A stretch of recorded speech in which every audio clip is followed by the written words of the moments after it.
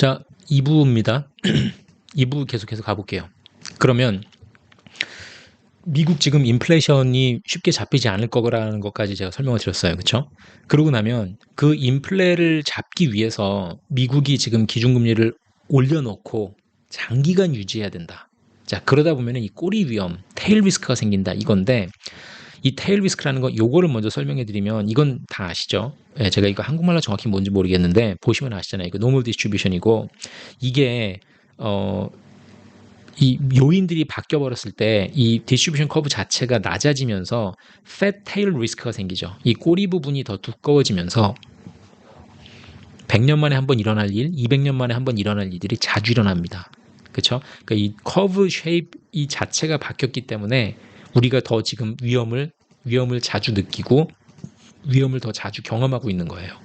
무슨 말씀이냐면, 리먼 사태가 나는 게 전에도 제가 몇 번 말씀드린 적이 있는데, 미국이 혼자서 99년에 6.5%였던 기준금리를 2003년에 1%까지 찍고 2007년에 5.25까지 다시 올리는 동안 약 3년에서 4년간 1% 저금리를 유지를 합니다. 그때 돈 찍기도 없었어요. 그렇죠? 돈 찍어내는 거 없었어요. 양적 완화. 그게 리먼 사태를 초래했죠. 오케이.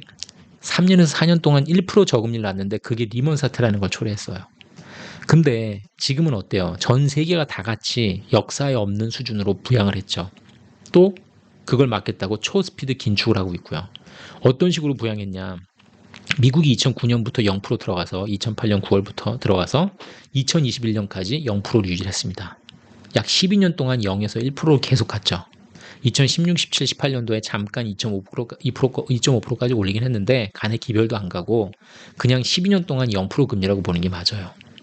또 미국이 M2, 머니 서플라이, 이거를 2009년 8 트릴리언에서 2023년 되니까 21 트릴리언이 갔어요.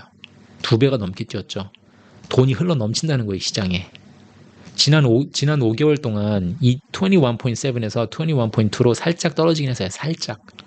간의 기별도 안 가요, 이것도. 그렇죠? 그러니까 엄청나게 많은 돈이 지금 돌아다니고 있고, 그러는 와중에 미국에서는 12년 동안 0%에서 저금리를 갔으니 얼마나 심한, 얼마나 악덕의, 얼마나 쓰레기 같은 안 좋은 부채들이 지금 많이 껴있겠어요. 리먼 사태가 났던 것처럼. 거기다가 한술 더 떠서 G20, 유럽, 일본, 영어권 국가, 아시아권 국가까지 나라마다 조금씩 다르지만 8년에서 짧게는 한국처럼 7, 8년, 길게는 12년 동안 마이너스까지 간 나라들도 많죠. 유럽이나 일본 같은 경우. 그리고 금리가 0.5, 1.0까지 초저금리까지 갔죠. 한국도 그렇고. 그럼 전 세계가 지난 12년 동안 이 빚잔치, 부채잔치, 제로금리 잔치, 돈찍기 잔치를 했는데 리먼 사태 100배가 안 날까요? 전 그 말씀이에요. 그렇죠? 제가 그래서 이거를 어떻게 그래피컬리 보여드리면 좋을까 생각을 하다가 그냥 그려본 그림이 이거예요. 리먼 사태가 만약에 여기는 파란 점이라고 생각을 하면은 앞으로 터질 위험은 요 파란색 이거 있죠. 이 동그라미라고 보시면 돼요. 이거 더 크게 해도 돼요, 사실. 좀 더 크게. 이건 상관없습니다. 리먼 사태는 요만한 거. 예. 아주 귀엽죠. 요게 리먼 사태라 그러면 앞으로 터질 게 이만큼이 남아있는 거예요. 왜냐면 여기서 이렇게 미친 듯이 꼈거든, 전 세계가. 이게 지금 꼬리 위험이라는 거예요. 테일 리스크. 이게 지구 온난화가 일어난 다음에 우리가 지금 보면은 막 100년 만에 홍수, 100년 만에 허리케인, 가뭄 막 오잖아요. 얼마 전에 한국에서도 강남에 갑자기 미친 듯이 폭우 와가지고 막 사람들 안타깝게 죽고 했잖아요. 그게 우리가 보면은 막 야 이건 100년 만에 한 번 있을까 말까, 200년 만에 한 번 있을까 말까 한 자연재해 하잖아요. 근데 우리가 지구 온난화라는 게 시작을 했기 때문에 인간들 너무 많아가지고 지구가 따뜻해지면서 지금 기후가 변해서 이 100년 만에 한 번 일어나야 될 일이 5년, 10년, 15년 만에 한 번씩 일어나고 있잖아요. 자주. 더 이상 그렇게 막 once in a lifetime 인생에서 살면서 한 번 볼까 말까 하는 게 아니라 보통 그냥 1년, 2년을 멀다 하고 저쪽에서 난리, 이쪽에서 난리, 저쪽에서 난리 계속해서 터지잖아요, 문제가. 그러니까 즉 이 노멀 디스트리뷰션을 놓고 보면 안 된다는 거예요. 지구 온난화 때문에 이게 커브 자체가 모양이 달라져서 그 안 좋은 일들이 더 일어날 확률이 더 많아졌다는 거예요, 지금. 지금 금융시장에서는 돈 찍어내고 제로금리 놓고 마이너스 가고 이 미친 짓 한 거 지난 12년 동안 이게 지구온난화하고 같은 역할을 하고 있는 거예요. 지금 금융시장에서. 지구온난화가 생긴 다음에 기후가 바뀌어버린 것처럼 얘들이 이 짓을 우리가 전부 다 이 짓을 했기 때문에 앞으로 터질 위험이 어마어마하게 크게 있다. 이 리먼 사태 100배, 1000배가 올 거다라고 말씀을 드리는 거예요. 이게 왜 생기냐? 인플레 잡으려고 미국이 지금 혼자 살겠다고 금리를 올렸으니까. 잘 된 거죠. 터지긴 터져야 되는 거죠. 이 거품이 언젠가는. 그래서 지금 인플레를 못 잡으니까 금리를 오랫동안 올려서 유지를 할 거기 때문에 이게 보통 이렇게 되면은 신흥국이 욕을 보죠. 예. 보통 신흥국이나 좀 약한 나라들이 먼저 넘어지는데 지금은 이번에는 뭐가 넘어질지 모르겠어요. 일본이나 영국도 예외는 아니에요. 그렇죠? 영국도 까불까불하다가 제대로 한번 되었죠. 크게 한번 당할 뻔했잖아요. 그렇죠? 일본도 제가 일본 편에서 자세히 말씀드렸지만 걔들은 제로금리 때문에 지금 그 상황 가 있는 거고 제로금리로 해서 YCC, Yield Curve Control을 어디까지 지들이 2년하고 10년을 그렇게 묶어놓고 있을지 관건인데 그거 오래 못 가요. 예, 이제는 더 이상 나 죽었어. 더 이상 컨트롤 못 하겠어 하고 나가 떨어지는 순간이 올 거예요. 그렇게 강한 엔화를 가진 일본이어도. 그게 이제 35년이 잃어버린 35년이 될지 잃어버린 40년이 될지 모르겠는데 걔들도 나가 떨어집니다. 계속 그 짓을 어떻게 해요? 끝까지. 그렇죠? 그러니까 이거를 지금 이 패테일 리스크를 이거를 알고 계시라는 거예요. 이게 생기면 한국이 어떻게 안전할 수 있겠느냐. 제가 이현철 소장님을 까는 건 아니지만 이현철 소장님은 외부에서 들어오는 다른 그런 요소들은 보지 않는다. 그런 것들은 한국 부동산 시장에 영향을 크게 주지 않는다라고 하셨지만 이 상황 지금 2009년 지나고 나서는 어느 자산 시장이든 어느 국가든 이 문제에서부터 자유로울 수가 없다는 거예요. 지금 이 패테일 리스크로부터 이 패테일 리스크가 한번 터지면 한국 부동산도 작살이 날 수밖에 없습니다. 그걸 말씀드리는 거고요. 자, 그래서 그 자유로울 수 없기 때문에 제가 거기까지만 말할게요. 자, 그래서 원화 3번입니다. 자, 이제부터 한국 얘기 들어가요. 이게 그래서 이제 부동산이 왜 망하냐? 어떻게 해서 같이 한국 자산시장이 터질 거냐?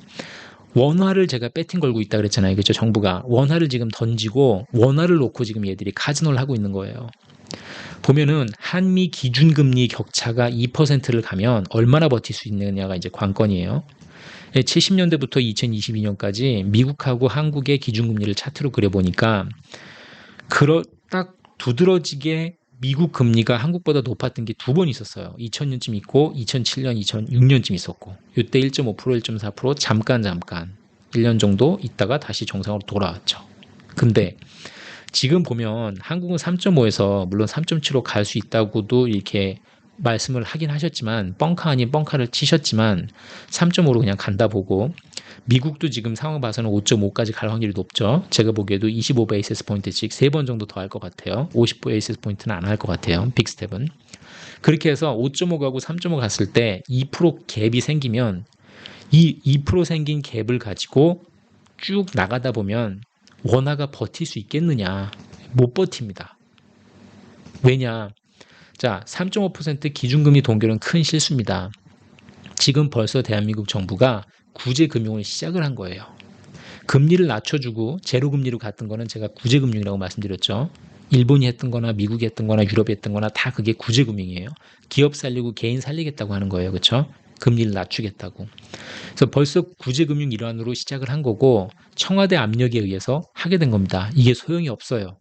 슬픈 현실이지만 소용이 없습니다.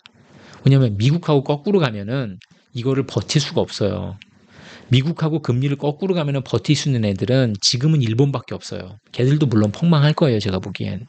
근데 가구선 버틸 수 있는 나라는 일본밖에 없고 다른 나라도 하다못해 ECB나 뱅크 오브 잉글랜드나 스위스은행도 다 같이 따라서 그냥 올라가야 돼요. 그래서 이거를 2% 갭을 가다 보면은 무슨 문제가 생기느냐? 당장 오늘날은 문제가 생기지 않아도 앞으로 문제가 더 심하게 생길 거예요. 거기다가 우리 대한민국 정부가 미친 짓을 한 두 가지를 더 합니다. 제가 설명해 드릴게요. 원화는 이제 기축통화에도 못 끼는 그런 화폐잖아요.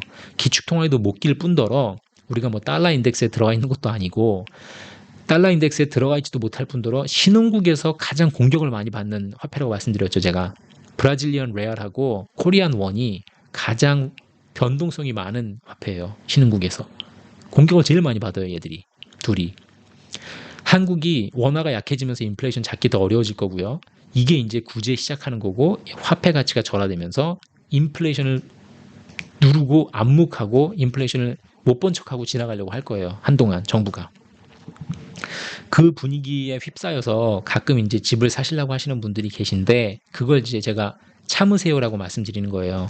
이자 부담 좀 줄이고 시중금리 그렇게 생각처럼 많이 안 뛰고 부동산 거품 다시 생기면 어떻게 또 참여하지 않으면 벼락거지 되는 거 아니야 해서 그 불안감 조성해가지고 다시 살라고 하는 사람들이 생길 수가 있으니까 무주택자분들은 아직은 그렇게 빨리 움직이지 마시고 좀 기다리세요 하는 거였고 혹시라도 그 사시겠다고 들썩들썩 하시는 분들이 있으면은 그분들을 이용해서 영끌하신 분들이 털고 나올 수 있다라고 해서 제가 전에 영끌하신 분들을 위한 영상을 한번 찍은 거예요. 왜냐하면 언제나 하여튼 마켓에서는 상황 보고서는 약간 불 보고 뛰어드는 불나방 같은 사람들이 있기 때문에 그분들을 이용해서 치고 그냥 팔고 던지고 나오는 것도 방법일 수 있어요. 혼자서 100%를 고통을 당하느니 50 잃고 나머지 저쪽에 있는 사람이 50을 잃으면 뭐 그것도 나쁜 방법은 아니니까 털고 나올 수 있으면 털고 나오는 것도 방법이고 원화가 이제 이 퍼펙트 스톰이 온다. 이게 뭐냐? 원화가 이게 두들겨 맞는 과정인데 3.5% 이 금리 동결을 한 것 자체가 어떠한 컨세퀀스를 가져올 거냐? 이걸 한번 볼게요. 금리를 동결을 했고 자 구제금융을 이미 시작한 거라 그랬습니다. 정부 부채가 이제 1000조라고 할게요. 1100조가 좀 넘었는데 GDP 2000조라고 하고 그래서 50%인데 이게 어디까지 갈 거냐 60, 70, 80 어디까지 갈지 한번 볼게요. 어디까지 가는 순간이 원화가 때려 맞기 시작하는 순간인지 이게 한 방에 일어나진 않고 점차 순차적으로 일어날 거예요. 부채도 순차적으로 늘어나고 구제금융도 순차적으로 늘어나니까 그러면서 원화도 순차적으로 약해지고 오케이. 2022년 7월에 벌써 125조 빚 탕감하겠다고 그때 쓰기 시작했죠. 그때 뭐 영끌한 사람들 이자 탕감해 준답시고 뭐 하고 이게 다 개인 은행 도덕적 해이 일으키는 거고 이거는 국민뿐만이 아니라 사실 은행을 돕는 짓이에요. 파산하는 걸 막아준다는 거는 은행이 돈을 받는다는 거기 때문에 이거 문제 많죠. 이 짓을 하면 안 되는데 계속 할 겁니다, 한국이. 그리고 나서 2022년 10월에 50조 레골랜드 사태 던져 넣었죠. 23년 2월 달에 44조 특례론. 그렇죠? 지금 미분양 7만 나오니까 44조 썼는데 10만 되면은 뭐 100조, 200조 더 던져 넣을 수 있겠죠. 2022년에 한전하고 가스공사가 합쳐서 40조 정도 손실 났다 그러는데 23년에는 뭐 얼마 날까요? 60조, 80조 모르겠어요. 그렇죠? 1월 달에 세금 수입이 6조가 적게 거쳤대요. 6조가. 예, 1년에 400조를 예상을 하는데 이건 베스트 케이스 시나리오고 여기서 만약에 조금만 부족하면은 뭐 350조, 300조밖에 못 거쳤다 그러면은 50조, 100조 비는 거는 다 정부 부채로 막아야 돼요. 이게 이렇게 125, 50, 44 했을 때 바로바로 이게 100% 정부 부채로 반영되는 건 아니지만 여기서 상당수가 정부 부채로 남아있는단 말이에요. 국채를 찍어서 결국 막아야 되니까 막아줄 거는. 얘들이 이거를 다시 상환을 하고 다시 돌려놓으면 좋은데 경기가 안 좋기 때문에 정부가 아직은 여력이 있으니까 계속해서 돈을 찍으면서 이 부채가 올라갈 거란 말이에요. 정부가.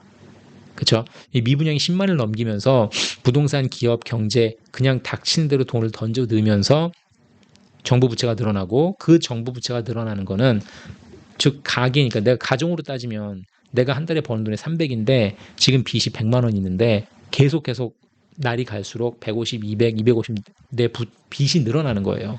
그렇게 내 빚이 늘어나면 신용이 떨어지겠죠. 신용평가사에서 날 봤을 때 신용이 떨어지니까 결국 내가 더 높은 금리를 내고 돈을 빌려야 되고 대한민국 정부도 똑같아요.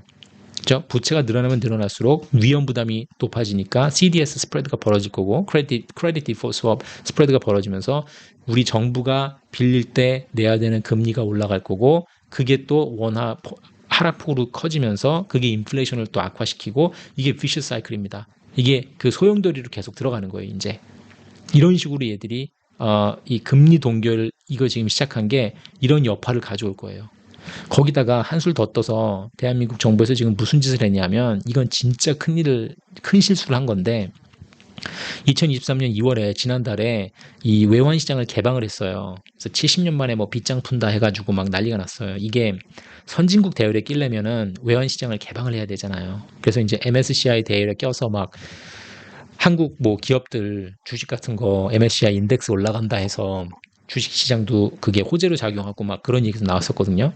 그게 이제 그 큰 바뀌는 그 개방 정도를 보면 우리 트레이딩 하는 거 장이 오후 3시인가 3시 반까지 하던 게 새벽 2시까지 연장되고 개인들이 해외 송금할 수 있는 게 5만 불에서 10만 불로 늘어나는 걸로 알고 있고 이건 제가 그 뉴스 기사를 보고선 그냥 간단히 정리한 건데 좀 틀렸으면 죄송해요. 근데 컨셉은 이런 식이에요. 기업이 저 송금할 수 있는 거는 3천만 불에서 5천만 불 늘리고 이 짓을 왜 하냐 하면 여기서 지금 금리를 동결을 했잖아. 이걸 왜 2월 달에 지금 70년 만에 푸냐 하면 이유가 뻔하잖아요. 3.5%에서 금리를 동결을 해서 대한민국 국민들 숨통을 틔워주겠다고 했는데 미국하고 금리 격차가 벌어지면 당연히 원화가 약세가 될 것 같으니까 이걸 지금 시장을 개방함으로써 달러를 유입하겠다는 거예요. 외국 자본을 빨아들이겠다는 거예요, 지금. 금리 격차 예상, 원화 안전화 방안, 이거를 약간 세이프가드로 갖다 놓겠다는 거예요. 그러니까 1,300원, 1,350원, 1,400원 되는 게 걱정이 되니까 달러를 빨아들이겠다. 이게 얼마나 위험한 짓이냐면 이것도 구제금융 일종이에요. 지금 이게 하는 짓이. 이게 마켓이 잘 돌아갈 땐 문제가 없습니다. 이 크레딧 크런치가 오면은 그때 원화가 폭락을 해요. 크레딧 크런치라는 거는 이게 그러니까 채권 시장이 얼어붙는 거라고 보시면 돼요. 돈이 안 도는 상황이 되면. 채권이 발행이 안 되고 어음이 발행이 안 될 때가 이게 문제예요. 이때 원화가 폭락을 합니다. 어떻게 폭락을 하냐면 이게 98년 IMF 때도 똑같은 시기였어요. 이게 무역 적자가 막 났어요. 97년, 98년에. 그래서 무역 적자가 나니까 원화가 약해지죠. 원화가 약해지니까 달러를 유입을 합니다. 개방을 해서. 야야 외국 자본 빨아들여. 외국 자본을 쭉 빨아들였더니 원화가 다시 강세네. 원화가 강세가 되니까 수출하는 수출 기업들이 어렵다고 또 아우성이에요. 그러니까는 또 그거를 맞받아치기 위해서 송금 제한이나 이런 규제를 풀면서 다시 원화 약세를 유도를 합니다. 이게 왔다리 갔다리 해요. 얘들이 몇 번을. 이 난리를 치는 와중에 안타깝게 대한민국 외환 보유고가 바닥이 나고 이 바닥이 나니까 바로 더 이상 감당이 안 되니까 뭐 1,300원, 1,500원, 2,000원을 찍고 쭉 올라가는 거죠. 이게 분위기가 안 좋다 싶으면은 우리가 무역 적자가 나면서 원화가 약해지고 뭐 해외 송금하는 것도 자유롭게 하면서 외국 자금이 확 들어왔다가 확 빠져나가고 왜냐면 문제가 생기면 언제나 달러가 강해지죠. 세이프 헤이븐으로 미국 돈이 빨려 들어가니까 순간 원화를 던지고 다 달러를 바꿔서 빼나가기 때문에 우리가 원화가 평상시에는 문제가 없다가 원화가 약세를 보일 때는 확 약해지는 거예요. 폭락을 하는 거예요, 우리가. 그러니까 지금도 같은 분위기죠. 1월까지 지금 1월 기준 11개월 연속 무역 적자. 1월 달이 아마 뭐 최대치? 예, 12.7 빌리언인가? 최대로 났다 그러죠. 그러니까 이게 지금 그 무역 수지 적자고 경상 수지는 아직 흑자인 걸로 알고 있는데 제가 정확한 숫자는 기억이 안 나는데 이 무역 적자가 되게 크죠. 왜냐면 이게 우리가 벌어들여야 되는 이게 인컴이니까 우리한테는. 근데 지금 달러가 부족해지고 달러가 없어지니까 원화가 약해지니까 더군다나 금리 동결해서 더 원화가 약해질 것 같으니까 단기간 달러를 빨아들이기 위해서 원화를 안정되게 하기 위해서 투기 세력에 완전히 우리를 지금 노출시키고 있는 거예요. 이 외환시장 개방을. 이 외환시장 개방을 지금 할 수 있는 최악의 타이밍이에요. 지금이. 최악의 타이밍. 우리가 지금 여기서 패테일 리스크 이거 봤잖아요. 지금 여기서 리먼 사태 100배가 전 세계적으로 어디서 어떻게 터질지 모르는 상황인데 우리가 지금 이거를 문을 열었다. 외환시장을 개방을 했다. 단기간으로 봤을 때 원화 안정 찾으려고 이거는 조지 소로스 같은 이 투기 세력들한테 완전히 노출시키는 미친 짓입니다. 이거 원화를 던지는 거예요, 지금. 그러니까 throwing 원화 under the bus. 원화를 베팅 걸고 지금 국가의 운명을 즉 원화를 가지고 지금 얘들이 배팅 거는 거예요, 정부에서. 이거 누구 머리에서 나온 생각인지 모르겠는데 그러니까 급한 불 끄기 위해서 나온 아이디어겠죠. 금리는 동결을 해야 되겠고 미국하고 금리 차이가 벌어지면서 원화가 약세되는 거는 지금 걱정이 되고 무역은 계속해서 최대 적자 때리고 있고 원화가 약세가 계속 보일 것 같은데 원화 약세 가면은 인플레이션 악화될 거고 수입 물가 올라가니까 어떻게 원화를 강하게 할 거냐. 그래? 달러 빨아들여. 그러려면 외환시장을 개방하면 돼. 이거는 굉장히 지금 요 코앞만 마이오픽한 뷰로 지금 당장 발등에 떨어진 불만 끄고 보자는 거예요. 이거를 지금 앞으로 6개월, 12개월, 18개월, 24개월 앞으로 내다보고 이 리먼 사태 100배가 났을 때 우리가 대처할 수 있는 그 능력을 고갈시켜버린 겁니다. 왜냐하면 투기 세력 노출됐을 때 얘들이 딱 해서 분위기 안 좋아져서 크레딧 크런치 생기잖아요. 크레딧 크런치 생겼을 때 얘들이 달러를 쫙 빼나가잖아요. 그럼 외환 보유가 개판이 나요. 이 외환 보유가 대한민국이 GDP 대비 23에서 25%밖에 안 된다 그랬잖아요, 지금. 460 빌리언인가? 우린 2 트릴리언 달러 이코노미인데 25% 많이 잡아도 25%예요, 얘들이. 이렇게 개방을 했을 때는 뭐 싱가포르이 됐건 스위스가 됐건 이렇게 개방하는 나라들은 선진국처럼 이 선진국 같은 대우를 받고 싶잖아요. 화폐를 가지고. 그러려면 우선 외환 보유가 70, 80, 90, 100% 가야 돼요. 버틸 수 있는 힘이 있어야 돼요.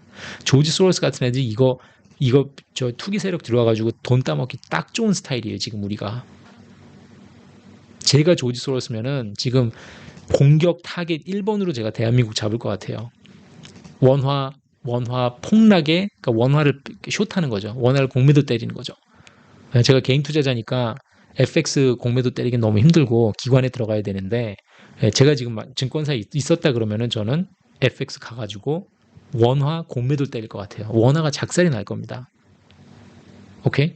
자, 그 다음에 원화 퍼펙트 스톰, 원화가 두들겨 맞는 과정. 자, 원화 약세인데 인플레이션 어떻게 잡을 거냐. 원화가 점점 약세 보일 건데, 물론 지금 1320원인데 이게 뭐 1250원 갈 수도 있고 1450원 갈 수도 있고, 단기적으로 봤을 때는 계속 왔다 갔다 할 거예요. 근데 이걸 중장기로 보셨을 때는 쭉 꾸준히 약세를 띌 거예요. 금리가 계속 3.5%에 남아있는 한. 이거 정신 차리고 3.75, 4.4%, 4.25로 대한민국에서 금리를 올리면 좀 나아질 겁니다. 예, 근데 이거 금리를 제가 못 올릴 것 같아요. 지금 이 하는 총재님 하시는 말씀이나 대한민국 정부 청와대에서 그 하는 행동들 봤을 때는 금리를 못 올리게 할 것 같아요. 제가 그랬잖아요. 여력이 좀 있는 정부가 구제금융하고 국민들을 살리겠다고 나서다가 제대로 망한다고, 화폐가. 딱 그 길을 걷고 있는 거예요, 지금 우리가. 그러면 원화 약세인데 인플레 어떻게 잡냐? 한국의 희망은 뭡니까? 인플레 잡을 수 있는 희망은 요거밖에 없죠. 중국 리오프닝, 전쟁 둔화, 에너지 가격 떨어지는 거, 반도체 수출, 요 정도. 예. 그래서 국민들 살리겠다고 금리 인상을 억제하고 하는 거고, 그 금리 인상을 억제했는데 오히려 intended consequence, 내가 의도했던 결과하고 반대 일이 벌어지죠. 예, 원화가 약세가 되면서 오히려 인플레가 심화될 겁니다. 마켓에 이끌려서 기준금리를 인상하는 시점이 올 거예요. 3.5에 못 버티다가 어쩔 수 없이 4.5, 5로 가야 돼요, 대한민국도. 이때는 오히려 2,000조짜리 가계부채가 더 세게 터질 거예요. 3.5%대 터지는 거하고 5%대 터지는 거가 다르니까 이때가 막기가 더 어려워요. 그러니까는 매도 미리 맞는 게 낫다고. 문제 있으면 지금 터져야 돼요. 이걸 끝까지 끌고 가다 터지는 거는 더 커요, 더. 거기다가 지금 이걸 외환시장까지 개방을 했으니까 원화가 두들겨 맞는 게 제대로 두들겨 맞는 거죠, 이제. 더 위험해진 거죠. 전 제가 이 방송 찍어야 되겠다고 생각했을 때만 해도 아마 이 뉴스 안 나왔을 거예요. 이걸 2월 언제 했나? 이거 얼마 전에 풀었어요, 이거. 외환시장 개방한다고 한 거. 2월 10일인가 15일인가? 이게 진짜 잘못된 거. 저건 진짜 큰일 난 거예요. 자, 그럼 우리 대한민국이 필요한 건 뭐냐? 아무도 안 듣겠지만 제 생각입니다. 고금리가 필요합니다. 크레딧을 줄여야 되고요. 은행에서 론 내주는 거 당장 멈추고, 부도를 이렇게 뭐라 그러죠? encourage 하는 거. 부도를 계속 내라고, 부도를 부추긴다 그러나? 부추겨서 부도가 더 많이 나게 하고 거품이 빠져야 됩니다. 빨리. 그리고 우리 원화를 보호해야 돼요.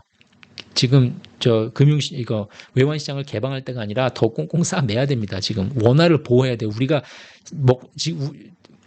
자산 폭락을 최소화시킬 수 있는 방법은 우리나라의 화폐를 보호하는 방법밖에 없어요.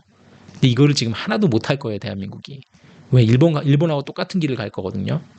예, 제 일본 편 보시면 알겠지만 정부가 여력이 있으니까 일본이 했던 짓을 똑같이 하면서 언젠가는 금리도 낮추려고 할 거고, 정부가 부채를 찍어서 막으려고 할 겁니다. 단 한국은 화폐가 약하죠. 엔화하고는 잽이 안 됩니다. 그래서 오래 못 버티고 일본처럼 장기 침체는 안 갈 거고, 그리스나 우리 97년 IMF처럼 한 방에 갈 거예요. 한 방에. 대한민국 원화는 보통 한 방에 훅 가요. 일본처럼 그렇게 오래 못 버팁니다. 그거는 그냥 우리가 자산이 그러니까 경제 규모가 작아서 그런 것도 있고, 그 화폐의 그 밸류 자체가 달라서 그래요. 일본하고. 그러니까는 한 방에 훅 가요, 우리는. 자, 원화를 보호를 못 한다는 거, 정부가 원화를 보호를 못 한다는 뜻은 원화를 담보로 정부하고 한국은행에서 도박을 하는 행위와 같습니다. 결국 전 세계적으로 누가 어디서 어떻게 곪은 곳이 먼저 터지느냐 약간 경쟁하는 구조이기 때문에 이게 신흥국에서 나타날 확률이 높지만, 아까도 말씀드렸지만 영국이나 일본도 배제할 수는 없어요. 얘들도 지금 한 방에 갈 수 있어요. 불안불안해요, 다들. 그래서 이제 글로벌 자산 시장, 주식, 채권, 암호화폐 다 줄줄이 폭락할 거고, 그 제이미 다이먼이나 JP 모건 아저씨나 그 나이 많고 막 무슨 번드 킹 해가지고 있는 사람들이나 그 인더스트리에서 지금 한 30년, 40년, 50년씩 오래 있었던 양반들이 인터뷰를 하지만 하지 않는 얘기들이 있어요.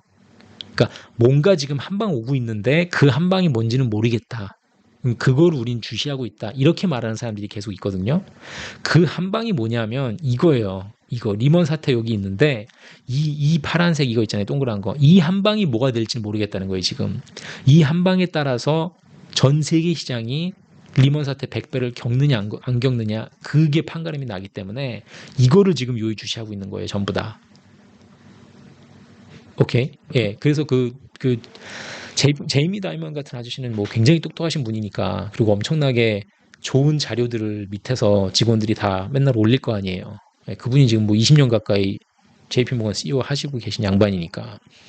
그런 사람들이 하는 얘기를 가만히 보면 뭔가 오구는 있는데 도대체 이게 어디서부터 어떻게 시작해서 얼마나 큰 게 올지, 그 사람도 지금 걱정이 심한 거지. 잠을 못 자는 거죠, 그 생각을 하면은.